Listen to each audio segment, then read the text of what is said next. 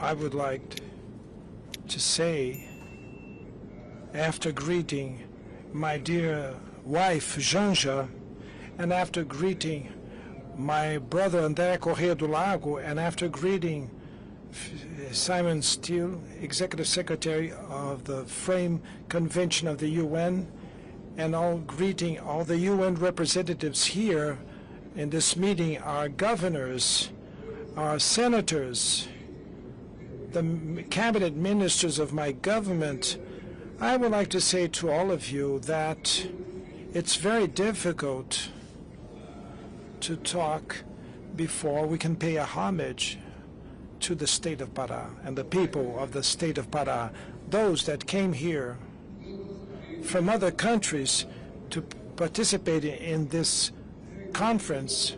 Please pay a lot of attention, because you're going to participate in an event in the state that has a wonderful people.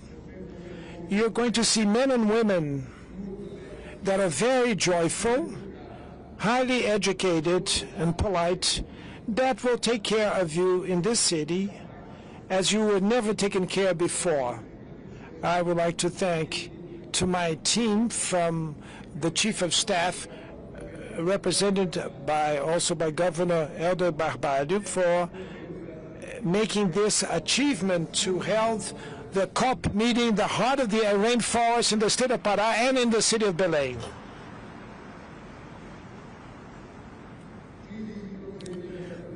Please try to benefit from this city, of its joy, of the beauty, and also take benefit from the joyful charm, warmth of men and women that will receive you here, that will host you here. And above all, take benefit of the cuisine of Pará. Here you're going to eat the food that you never ate anywhere else in the world. Maybe the best fish.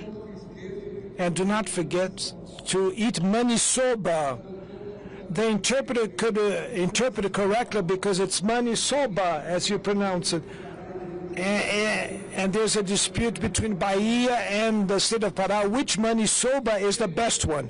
And I also would like to say to all of you that to organize COP here, it's so difficult to end with the pollution in the planet. It will much be easier to have the COP in a finished city, a city that will have no problem. But we decided to accept the challenge to organize the COP in the state of the Amazon region, to prove that when you have political will, or when you have the will, and you have commitment with the truth, then we can prove that there's nothing possible for man or for woman. What is impossible is not to have the courage, the bold, to face the problem. So congratulations to all the delegates here, men and women, government representatives, and to the people of Pará. Congratulations for all of us. This is a lesson of civility. This is a lesson of human greatness, and that the men that go to war, if they were present here at the COP, they would perceive that it's much more cheaper to put $1.3 trillion for us to end with the climate crisis than to put $2 trillion and $700 billion to buy weapons and go to war.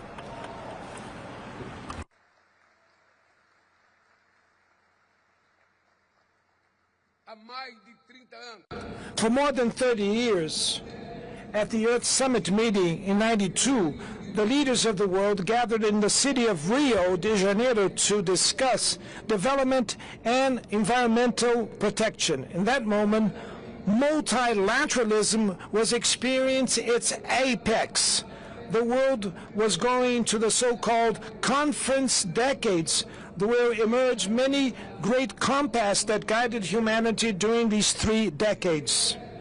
Between them, came up the concept of sustainable development and the principle of common but shared responsibilities, common but differentiated responsibilities. That is a legacy of the Rio 92. Today, the Climate Convention is back to its home country. It makes the way back to reclaim the enthusiasm that have driven its birth. In the next 2 weeks, Belém will become the capital of the world. Negotiators, governors, mayors, members of the parliament, scientists, civil society organizations will be part of this great and collective endeavor in favor of the planet. To bring cope to the heart of the Amazon was a very difficult task, but a necessary one. The Amazon is not an abstract entity. Those that only see forests from above have no knowledge of what goes beneath the trees and its shadow. The biome that is most diverse in the earth, is the home of almost 50 million people, including 400 indigenous people that are dispersed in 9 countries, developing countries that still face immense economic and social challenges that Brazil fights to overcome with the same determination that it managed to bypass the logistics adversities that are inherent to organize a conference such as this size. When you leave the city of Belém, the people of the city will continue with the investments in infrastructures that were made here to receive you all. And the world could then say that it now knows the reality of the Amazon tropical forests.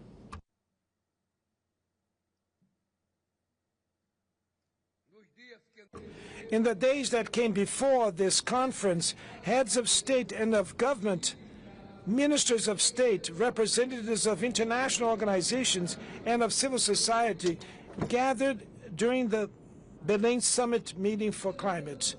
We launched a tropical Forest Forever Fund. It's an innovative facility that in just one day was invested $5.5 billion in investments. We adopted collective commitments. First, integrated handling of fire. Second, the right to land ownership of the indigenous people and traditional peoples, to quadruple the production of sustainable fuel, the creation of a coalition on carbon markets, and the alignment of climate action to fight hunger and absolute poverty. And more, and the fight against environmental racism. The Belém Summit was the arrival point of a long road that Brazil invited the international community to follow this long and winding road during the presidencies of the G20 and the BRICS. The synthesis of the elements that we gathered during this trajectory is contained in the so-called call to action that we launched during the summit meeting, and that was a contribution to the debates for this COP and beyond the COP. Climate change is not a threat of the future. It is already a tragedy of the present time. The Melissa hurricane that hit hard the Caribbean region and the tornado that reached the state of Paraná in the south of Brazil have left fatal victims and a trail of destruction. Droughts, fires in Africa and Europe, the floods in South America and in Southeast Asia, the increase of the global temperature is spreading pain and devastation, especially amongst the most vulnerable populations. COP30 will be the COP of truth. In the era of fake news and misinformation, the obscurantists reject not only the evidence by science, but also the multilateralism progress. They control algorithms, sow hatred, and spread fear. They attack institutions, they attack science and universities. Now it's the moment to impose a new defeat to the denialists.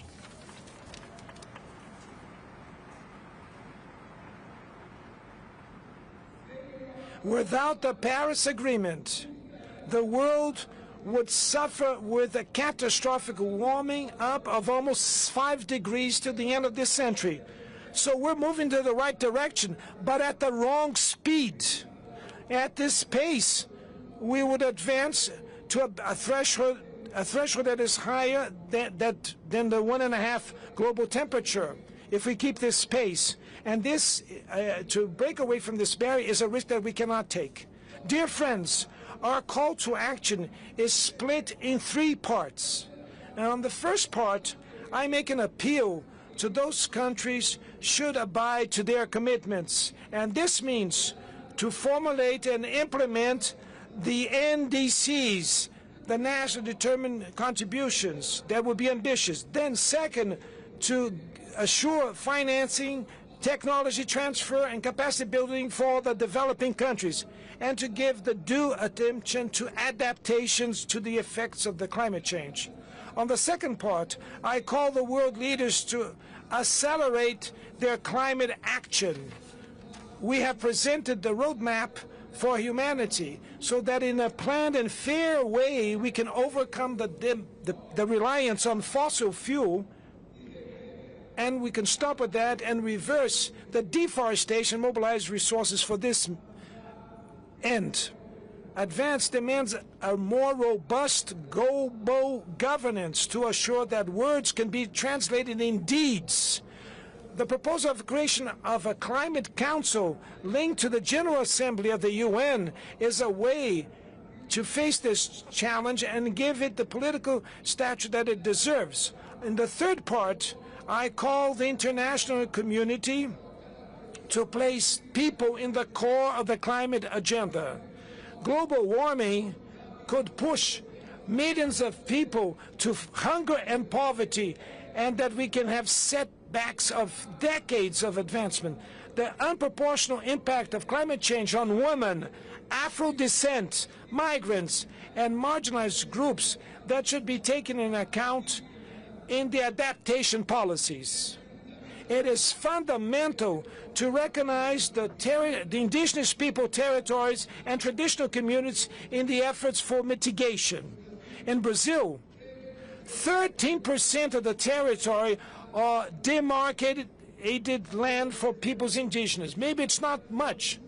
We should have a fair transition, needs to contribute to reduce the asymmetries between the global south and global north forged during centuries of emissions.